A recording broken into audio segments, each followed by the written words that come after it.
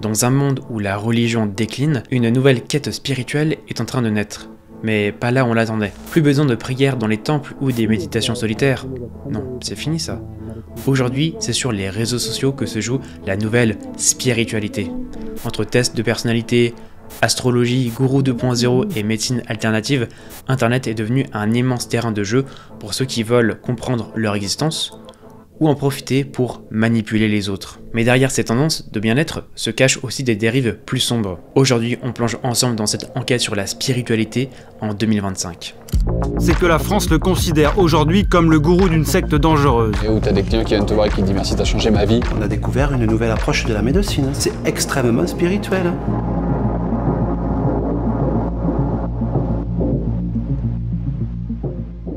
Avec l'explosion des nouveaux réseaux sociaux comme TikTok et Instagram, on a assisté à une vague inédite, celle des créateurs de contenu bien-être. Mais pourquoi la spiritualité est-elle devenue si populaire sur Internet? Parce que la spiritualité, c'est une pratique pour se sentir bien ou se sentir mieux. Et ça, jusqu'à preuve du contraire, ça concerne tout le monde. Deuxièmement, c'est pas qu'une affaire de santé physique, puisque la spiritualité, c'est aussi une façon de voir la vie, et ça, on l'a vu dans ma dernière vidéo, pour ceux qui sont abonnés. Mais la spiritualité, comme on l'entend aujourd'hui, c'est très différent de sa définition première. La spiritualité désigne croyances et pratiques qui concernent la vie de l'âme, la vie spirituelle, d'après le petit Robert. Une définition donc assez simple, mais plutôt floue, à laquelle Boris Cyrulnik, un éminent neuropsychiatre et écrivain, apporte des précisions intéressantes pour nuancer la spiritualité avec la religion que l'on confond souvent. Je pense qu'il faut distinguer la spiritualité et la religion.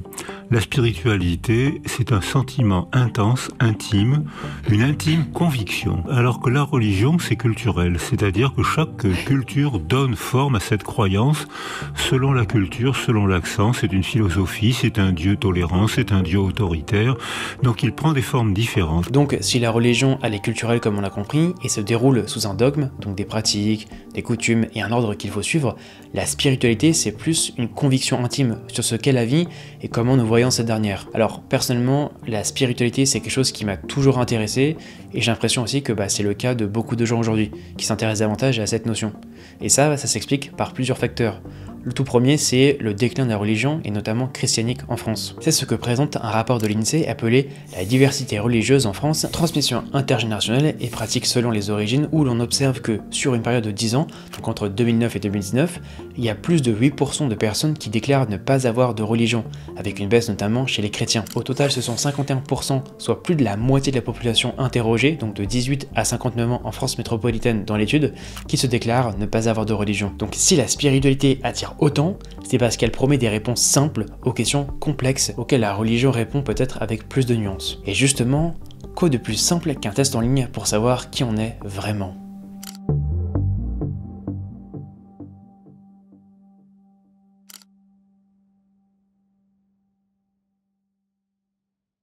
Donc, on a vu émerger des tonnes de tests de personnalité ces 5 dernières années pour te permettre de savoir en gros qui tu es. J'aimerais prendre par exemple ma vidéo la plus vue sur ma chaîne YouTube qui parle du test MBTI, prouvant bien que c'est quelque chose qui intéresse particulièrement les gens. Et donc il existe tellement de quiz de personnalité que c'est devenu un vrai phénomène sur internet. Et donc on pourrait même classer et stratifier différentes catégories de tests. Donc la première catégorie, ce sont les tests divertissants. Ce sont des quiz en ligne qui te permettent par exemple de savoir de quel personnage d'une saga ou d'un univers tu te rapproches le plus. Ces tests sont des divertissements numériques qui te permettent de savoir si tu es comme ton héros favori ou si tu es quelqu'un qui a les mêmes qualités que le personnage que tu aimes par exemple. Il existe ensuite une deuxième catégorie de tests, les tests que j'appelle d'ego, comme les tests de Q en ligne et les autres tests qui vont tester tes capacités intellectuelles. Bon, généralement ce sont souvent des attrape-nigo, c'est des trucs un peu fumeux sur lesquels il n'y a aucune base scientifique, c'est pas fiable quoi. Et enfin la troisième catégorie de tests, les tests spirituels, censés t'éclairer sur ta vie et comment tu devrais mener ces dernières en fonction des résultats obtenus. Et donc dans cette catégorie, donc c'est la catégorie la plus sombre, en tout cas la plus profonde, on a notamment les tests de personnalité, comme le MBTI ou les tests Enneagram, en gros c'est la même chose quoi. La chose intéressante avec ces tests de personnalité, c'est que les utilisateurs, ils les utilisent vraiment pour mener leur vie. Donc quel métier choisir par exemple, ou quelles études suivre, en fonction de leur personnalité qui leur a été attribuée lors de ces tests. Alors que pourtant, cette personnalité c'est juste un résultat qu'un algorithme t'a donné après que tu aies répondu à une série de questions, un questionnaire si tu préfères. Donc inutile de vous dire que je ne pense pas que ce soit la meilleure chose, la meilleure idée de choisir votre futur en fonction des résultats d'un test en ligne. parce que notre personnalité évolue tout le temps. C'est ce que précisait même, il fut un temps, le site officiel du test MBTI, qu'il était intéressant de refaire le test tous les 6 mois, parce que ça peut totalement changer ton résultat. Ça prouve bien que les tests ne sont pas des vérités absolues. Donc tous les tests de personnalité en ligne que vous avez, c'est pas forcément absolument qui vous êtes, ok? Et pourtant, les gens ont tendance à donner une importance quasi religieuse, sans mauvais jeu de mots, à ces résultats, comme des TikTokers qui se basent sur leurs résultats pour tout décider de leur vie. Oui, parce que le test MBTI a la réponse à chacune de tes questions. La personnalité parfaite pour ton couple, le travail fait pour toi, comment gérer tes problèmes, comment te développer, et évidemment, comment devenir heureux. Tout est écrit. Et beaucoup prennent ces tests comme une vérité absolue. Et ça, ça s'explique par le besoin de connexion aux autres, parce qu'on est quand même dans l'époque la plus connectée de tous les temps, mais les gens, ils n'ont jamais été aussi seuls. Et ça, c'est aussi un thème récurrent de ma chaîne, et qui fait des vues, et ça montre qu'il y a une vraie problématique de société sur ce sujet-là. Et en fait, ces gens, ils cherchent juste des réponses au fait de pourquoi ils sont seuls, et comment est-ce qu'ils pourraient faire pour se connecter aux autres, et comprendre d'autres personnes, et savoir qui ils sont. En fait, tout ça, ça vient de la même peur, même problème. En fait, tous ces gens veulent se sentir compris et reliés aux autres, et c'est ce soutien moral que ces tests de personnalité leur apportent en répondant aux questions les plus existentielles. Qu'est-ce que je dois faire de ma vie et comment devenir heureux, pour ne prendre que les questions les plus évidentes. Alors, je n'épiloguerai pas sur le fait que ça pose quand même des questions assez intéressantes sur l'infantilisation des jeunes adultes aujourd'hui et de la grande dépendance au numérique et à l'autorité de façon plus globale, mais on n'a pas le temps pour ça, mais quand même ça reste intriguant. Peut-être que j'en ferai une vidéo. Bon. Après cette première introspection spirituelle assez légère, c'est comme cela qu'on en arrive au terrier du lapin avec des contenus pour le coup beaucoup plus spirituels et plus mystiques, comme l'astrologie, la numérologie ou la cartomancie. Bon, ça, ce sont des sujets très divisés et épineux, et pour être honnête avec vous, moi je suis assez partagé sur la question, parce que pour ma part, en fait, moi je crois beaucoup au paranormal. Et pourtant, même moi qui y crois, je suis assez dubitatif sur ces notions spirituelles. Que ce soit l'horoscope, le jeu de cartes du tarot ou les chiffres, tu peux toujours leur faire dire ce que tu veux. Et si tu crois à ces choses-là, tu verras ce que toi tu veux voir, c'est-à-dire ce que tu penses qu'est la vérité. Mais si tu n'y crois pas, comme moi par exemple, tu te rendras compte que tu peux toujours te reconnaître dans le verdict mystique d'une carte du tarot ou dans ton horoscope du jour. Et l'ironie de la chose, c'est que cette spiritualité, c'est devenu une croyance. Il n'est plus question d'y réfléchir et de faire de la spiritualité une philosophie de vie, ce que c'était à la base quand même, mais une affaire de foi, avec notamment des vidéos populaires où des personnes sont convaincues de leur signe astrologique comme une vérité unique. Do I act like a Taurus? You do. I do? Yeah. I'm not a fucking Taurus. Mais ce besoin de trouver un sens à sa vie ne s'arrête pas aux tests de personnalité. De plus en plus, la quête spirituelle prend une autre forme, celle du développement personnel. Si l'individualisme caractérise le mieux l'idéologie actuelle, c'est parce que tout est fait pour que l'individu se sente au-dessus des autres, et c'est notamment ce que véhicule le monde des réseaux sociaux. Premièrement, si l'idée de base était de naïvement créer des réseaux pour garder contact avec son entourage, cela est vite devenu plutôt une manière de dire dès que tu postes quelque chose, regarde ce que je fais de ma vie, comment elle est meilleure que la tienne, pauvre loser. Parce que oui, c'est un peu ça, quand on est sur son téléphone, généralement, c'est parce qu'on n'est pas en train de faire une activité, on est dans les transports, ou alors on est chez soi, en gros on est généralement seul, et ça crée un contraste assez déconcertant avec ce qu'on voit sur ces réseaux.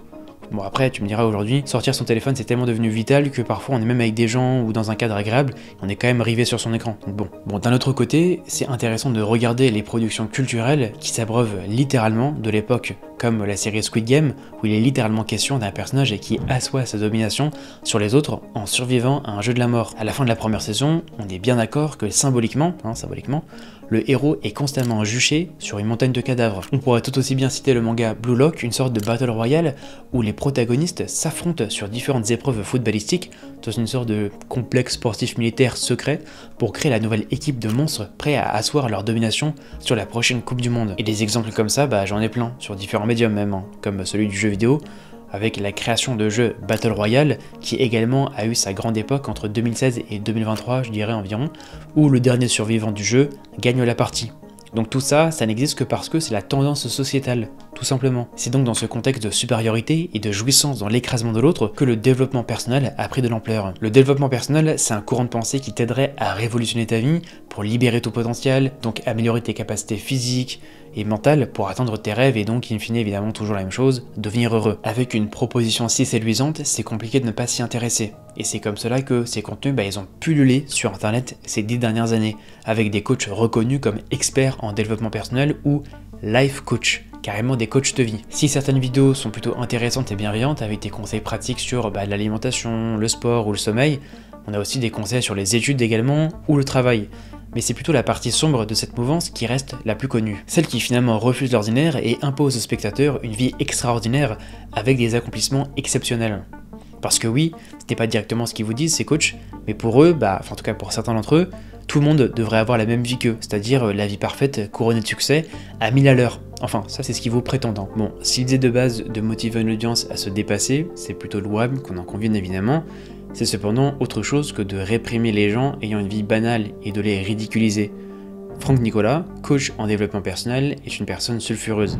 S'il est reconnu et apprécié par beaucoup de gens pour ses vidéos gratuites de conseils et de motivation en ligne, c'est avec ses vidéos payantes sur son site et ses séminaires payants à des prix exorbitants dans lesquels on retrouve une ambiance tout d'un coup étrange. Tout d'abord, des personnes hypnotisées par leur interlocuteur, totalement subjuguées par l'aura de leur one-man show qui leur impose des comportements étranges jusqu'à faire des câlins à des inconnus ou pleurer à chaudes larmes en l'écoutant parler. Si ce n'est pas une écoute religieuse et une atmosphère un petit peu malsaine, je sais pas ce que c'est vraiment. On retrouve aussi autour du personnage un ton assez brutal, quasi militaire dans ses conseils, comme s'il n'essayait pas de vous instruire des saintes paroles, mais plutôt de vous bourrer le crâne, comme le ferait une autorité incontestable. J'ai un gars qui m'a dit une fois, bon le Weekend Spark c'est 1000 $, moi je peux pas les mettre. Je dis oui, je comprends, t'as qu'à faire un prêt. Non, j'ai déjà fait un prêt pour mon home cinéma vidéo de 2500 $. Qu'est-ce que tu veux répondre à ça? Écoute, tes films vidéo, mon chéri. C'est sûr que dans 5 ans, je te retrouverai au même endroit. Et tu continueras de boire de la bière et de dire que t'as pas de la chance dans la vie. Si les coachs de développement personnel sont censés t'aider avec des conseils pour mener ta vie comme toi tu aimerais la vivre, on voit pourtant l'inverse souvent sur internet où c'est une approche directive, voire insultante, par exemple avec Franck. Et donc ces conseils de développement personnel ici, qui sont censés prôner une aide altruiste et bienveillante, ça devient au contraire un portrait plutôt dithyrambique de leur propre réussite et une sorte de branlette intellectuelle. Et ça, c'est ce qu'on observe dans un séminaire du coach en développement personnel très connu, David Laroche. Dans cette intervention, c'était ça, c'est de parler au vrai vous. Le vrai vous, pour moi, le vrai toi, c'est un toi qui est inspiré, c'est un toi qui est confiant, c'est un toi qui rêve grand, c'est un toi qui désire contribuer, qui désire donner, c'est un toi qui prend son pouvoir, c'est un toi qui expérimente, c'est un toi qui remet en question les règles, c'est un toi qui rend l'impossible possible. Après, Franck et David, c'est sûrement des gens super, qui veulent vraiment aider les gens. Mais d'une part, ce sont des gens qui savent qu'ils ont créé un véritable culte de leur propre personnalité envers eux. Merci beaucoup. Merci. C'est un cadeau de l'univers. Merci beaucoup. Mais c'est vous qui êtes des cadeaux aussi. Donc ils sont donc littéralement des gourous. Et en plus de cela, ils amènent des personnes vulnérables ou faibles psychologiquement à se mettre dans des situations financières catastrophiques. Ce jeune homme vient de signer pour le stage de 5 jours à 3 000 €. T'as signé là déjà? Ouais, je peux signer. Je sais pas trop comment je vais faire, mais je vais gérer le truc. Je vais lâcher mon appart la semaine prochaine et puis après j'ai la chance de pouvoir aller chez mon père. Pour participer à leurs séminaires qui sont constitués, on va pas se mentir, de paroles bateaux et consensuelles que n'importe qui pourrait trouver pour aider, je sais pas, un ami au plus bas mentalement. Parce que oui, les prix des séminaires ou des places à leurs événements, c'est vraiment exorbitant, c'est exceptionnel, enfin c'est vraiment énorme. Cet homme, la quarantaine, explique fièrement faire partie du 360. Le 360, c'est le programme le plus abouti aux dernières inscriptions, il était à 35 000 €, maintenant il est à 70 000. 70 000 €, et c'est du hors taxe. En réalité, il faut compter 84 000 €, soit 6 ans de SMIC. Des prix exorbitants, et pourtant devant le bureau des inscriptions, c'est la queue. Et leur côté prêcheur, c'est notamment 2 indices sur 3 qui caractérisent les dérives sectaires. Et donc on y vient. Ces personnes-là, elles ont été signalées à la Miviludes, donc l'organisation qui veille aux dérives sectaires, et notamment 27 fois en 5 ans pour David Laroche. Ça commence à faire beaucoup, même pour un spécialiste. Nous avons reçu 13 signalements en l'espace de 2 ans. C'est beaucoup. Focaliser sur une seule personne, c'est très significatif. En temps normal, il vous faut combien de temps pour avoir 13 signalements? 5, 10 ans parfois. À cela vient s'ajouter une nouvelle dimension intéressante qui se mélange au développement personnel, c'est l'entrepreneuriat. Donc l'entrepreneuriat, c'est le nouvel Eldorado qui attire les jeunes. Donc l'idée de devenir son propre patron, de choisir son travail et ses horaires, c'est vrai que ça fait un peu rêver. Combien vivent vraiment dans l'entrepreneuriat? Très peu, on va pas se mentir. Et même pour le modèle freelance, bien gagner sa vie, donc là je parle de au moins au minimum 2500 €, si c'est pas 3000 €, c'est très difficile et beaucoup plus chronophage contrairement au statut du salarié.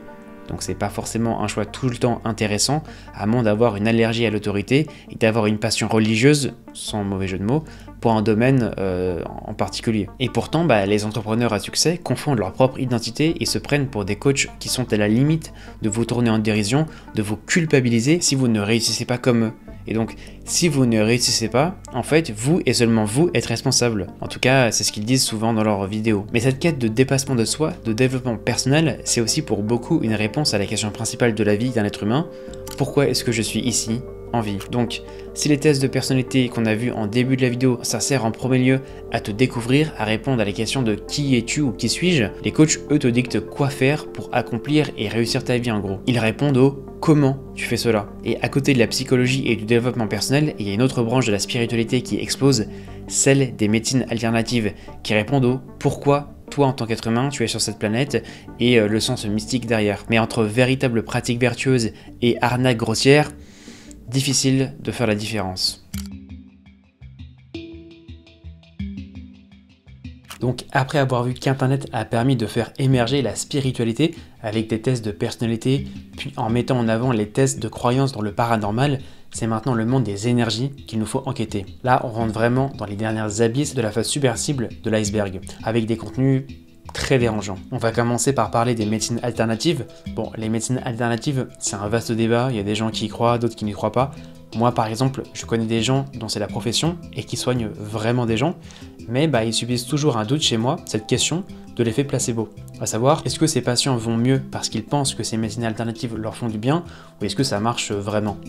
D'ailleurs, le site du gouvernement français met des warnings quand il parle de médecine alternative en expliquant que ces dernières n'ont pas fait l'objet d'études scientifiques ou cliniques montrant leurs modalités d'action, leurs effets, leur efficacité ainsi que leur non-dangerosité. Le problème, ce ne sont pas ces médecines alternatives en tant que telles, c'est ceux qui les pratiquent. Je suis sûr que vous connaissez quelqu'un dans votre entourage qui a pu améliorer ou résoudre un problème physique ou psychique après l'une de ces pratiques de médecine alternative, avec donc de bons médecins, des gens passionnés et altruistes. Mais il y a aussi des arracheurs de dents. Des gros mythos en somme. Ces menteurs se basent sur une science métaphysique, celle des énergies. On retrouve la lithothérapie, la guérison par l'énergie des pierres, comme une pratique plutôt répandue où certains experts du sujet, proposent aux gens de se procurer des pierres de quartz, des émeraudes ou du lapis lazuli par exemple.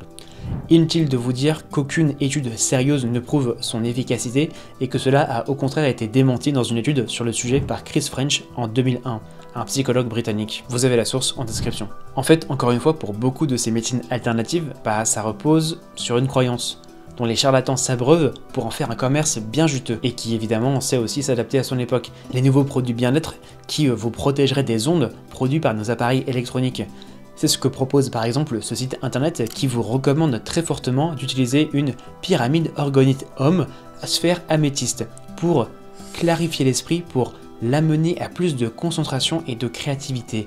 Elle apaise les peines et les inquiétudes, les colères et les irritations, y compris d'ordre émotionnel, mais aussi pour se protéger contre les énergies négatives et vient renforcer le système immunitaire pour le soutenir chaque fois que cela s'avère nécessaire.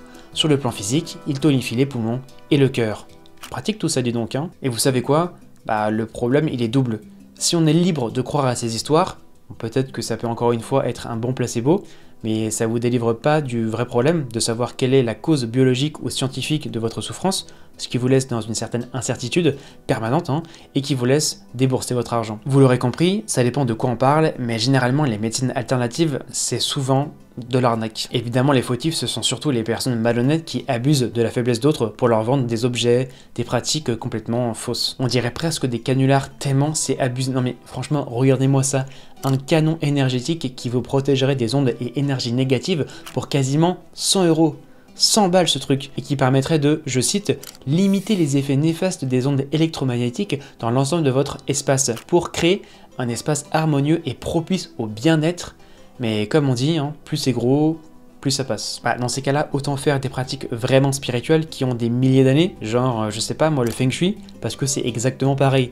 Se positionner dans l'espace pour être en phase avec l'univers et uniquement se placer dans les endroits où les énergies sont positives. Sauf que ça, c'est gratuit. Et c'est ça le problème actuellement. Ces pratiques ne sont pas du tout reconnues par la médecine traditionnelle et pourtant il y a une masse financière colossale qui se fait sur le dos de gens qui cherchent juste un petit peu d'espoir dans leur misère actuelle. Franchement, c'est juste honteux. Si vous consommez des contenus de bien-être et notamment sur les énergies, je pense qu'il faut aussi connaître les red flags comme on dit aujourd'hui, dans le sens où vous êtes libre de croire ce que vous voulez évidemment, mais dès que ça commence à parler de boutiques en ligne, de vente de produits miraculeux, je pense qu'il faut quand même fuir à tout prix. Et la lithothérapie ou la guérison contre les ondes, ça c'est que 2 exemples que j'ai vus récemment, mais en fait il en existe une infinité.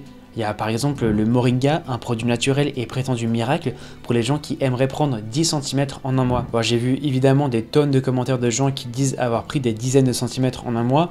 Alors je pense que c'était les faux comptes ou des gens qui faisaient la promotion de cette marque, mais désolé de vous décevoir, mais la croissance est déjà définie selon ton ADN et donc ton patrimoine génétique.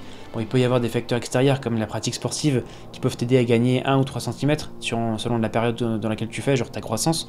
Mais sinon, si tes 2 parents ils font tous les deux 1,50 m, généralement tu vas pas faire 2 mètres quoi. Et on retrouve également des contenus similaires sur TikTok. J'étais par exemple tombé sur ce TikTok où un utilisateur nous propose en quelques slides tous les produits pour lutter contre tous nos potentiels problèmes que l'on pourrait rencontrer comme l'alopécie. Tiens, faudrait peut-être que j'essaye ça. On a également la plante Blue Verveine ou plante Guéritou qui cependant ne donne aucune information de ce type quand on fait des recherches, à part qu'elle était utilisée par des sorcières, ce qui reste encore une fois dans le registre du spirituel et mystique. Et enfin, on a carrément la racine Kala Wala qui serait la plante à tous les remèdes et maladies permettant de guérir carrément le cancer et Alzheimer notamment. Et ce genre de contenus sont légion sur internet et par thématiques différentes mais toujours reliées à une spiritualité ou au bien-être. Mais s'il y a bien une croyance qui a explosé ces dernières années, c'est celle de la loi de l'attraction. Et selon ses adeptes, il suffirait de penser positivement pour que tout s'arrange. Mais est-ce vraiment si simple ?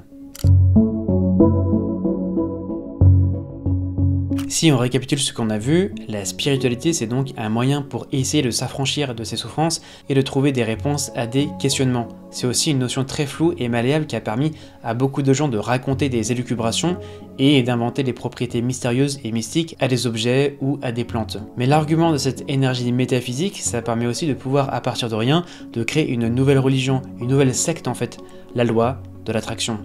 La loi de l'attraction qu'on va simplement définir comme la croyance qu'en se concentrant sur des pensées positives ou des pensées négatives, les gens peuvent en fait apporter des expériences positives ou donc négatives dans leur vie. Cette croyance, elle s'est révélée à travers le livre Le Secret de Rhonda Byrne, je sais pas comment on dit, Byrne peut-être, je sais pas, bref, qui s'est vendu à 30 millions de copies, donnant une aura mondiale à cette croyance. C'est d'ailleurs à cette croyance que font allusion des gens très connus en pleine conférence de presse, comme le combattant reconnu de MMA, Conor McGregor. And you have the courage enough to speak it, it will happen. The key to living the law of attraction. Some good shit. Aussi appelé sur cette vidéo d'ailleurs la loi de la manifestation, ou même parfois citée par des gens lambda comme cette personne par exemple. On se complique la vie au quotidien avec la loi d'attraction alors que c'est ultra simple. L'univers, il réagit à ta vibration, à ce que tu émanes comme énergie et comme émotion. Alors si l'aspect a priori positif de cette croyance, c'est de pouvoir se rendre compte que notre bonheur dépend de nous et que finalement tous nos défis sont intérieurs. C'est-à-dire que les défis sont pour la plupart mentaux et que ce sont nos pensées et nos choix et nos actions qui dictent notre vie. Et dans une certaine mesure, je peux comprendre ou je peux imaginer, je peux concevoir, je peux concéder qu'il y a une part de vérité là-dedans. Il y a quand même dans cette logique de pensée plusieurs points dérangeants et on va voir ça tout de suite. Cette croyance culpabilise ceux qui en fait échouent en leur faisant croire qu'ils sont responsables de tout ce qui leur arrive, y compris des événements négatifs, alors que en fait c'est très sain d'exprimer aussi et de reconnaître les sentiments négatifs. D'autant plus que les échecs sont justement ce qui forge le succès. Donc déjà, ça c'est un point malsain et c'est très nocif. Mais en plus de cela, ce n'est tout simplement pas vrai. Combien de gens sont positifs et travaillent dur toute leur vie pour leurs rêves, mais qui n'y aboutissent jamais ? Beaucoup. Et ça voudrait dire que qu'ils sont tout de même responsables de leur échec. C'est un peu insultant pour des gens qui croient en leur projet, mais qui ne percent pas, comme on dit aujourd'hui, pour le dire un petit peu familièrement. Surtout que l'inverse est vrai aussi. T'as très bien des gens qui sont peu sûrs de leur projet ou qui n'ont aucun plan de carrière, aucune stratégie et qui explosent du jour au lendemain et qui arrivent finalement à vivre très confortablement. Et ça, c'est ce que font beaucoup des stars ou des ex-stars de télé-réalité qui, grâce à leur popularité, lancent des marques de cosmétiques ou qui vivent à travers le partenariat ou le marketing d'affiliation. Donc, dans une certaine mesure, je pense qu'évidemment c'est important d'avoir confiance en soi et d'être positif. Par contre, je serais beaucoup plus circonspect, pour le dire comme ça, quant à une loi magique qui t'octroierait tous tes désirs avec le simple pouvoir de la pensée.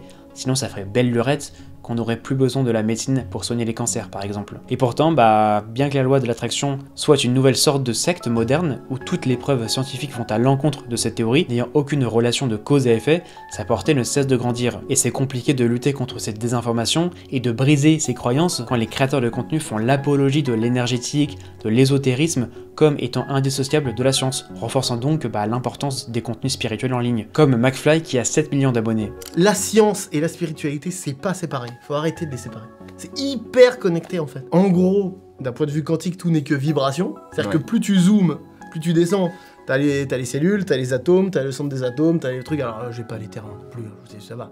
Mais tu zoomes à un moment, c'est de la vibration. Bon, s'il y a une part de beauté et de mystique dans l'inconnu scientifique, cet argument que la science n'explique pas encore tout se délite de lui-même. Parce que, puisque si ce n'est pas expliqué ou prouvé scientifiquement, ce que tu dis, c'est donc une croyance. Tant que ce que tu dis n'est pas démontré scientifiquement, ce n'est qu'une théorie fumeuse. C'est tout. Et pour conclure cette vidéo, on observe bien qu'avec tout ce que nous avons vu, il y a un vrai besoin chez les gens de trouver une certaine transcendance dans la vie contemporaine, malgré le recul de leur religion en France. Ce besoin de transcendance pousse certaines personnes vulnérables à chercher des réponses partout, quitte à tomber dans des pratiques douteuses, des croyances non fondées, voire des dérives sectaires, comme la secte réelle, la plus connue de l'histoire de France, dont le gourou a brisé des dizaines de vies pour sa quête de pouvoir et d'égoïsme. En fait, il y a un moment où il y avait des cours, des stages d'éveil. Sorte de cours de religion? Ouais, pas forcément de la religion, mais surtout, tu sais, en ce moment, il y a tout un truc sur des coachs de vie. Et à l'époque, c'était pas trop ça, tu vois.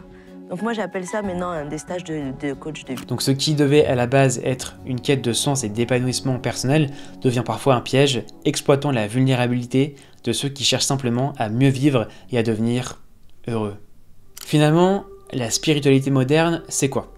Une réponse légitime à un besoin profond, mais surtout une illusion qui se vend bien. Ce qui est sûr, c'est que les réseaux sociaux ont transformé cette quête en un marché gigantesque où se mêlent espoir, manipulation et parfois aussi pur mensonge.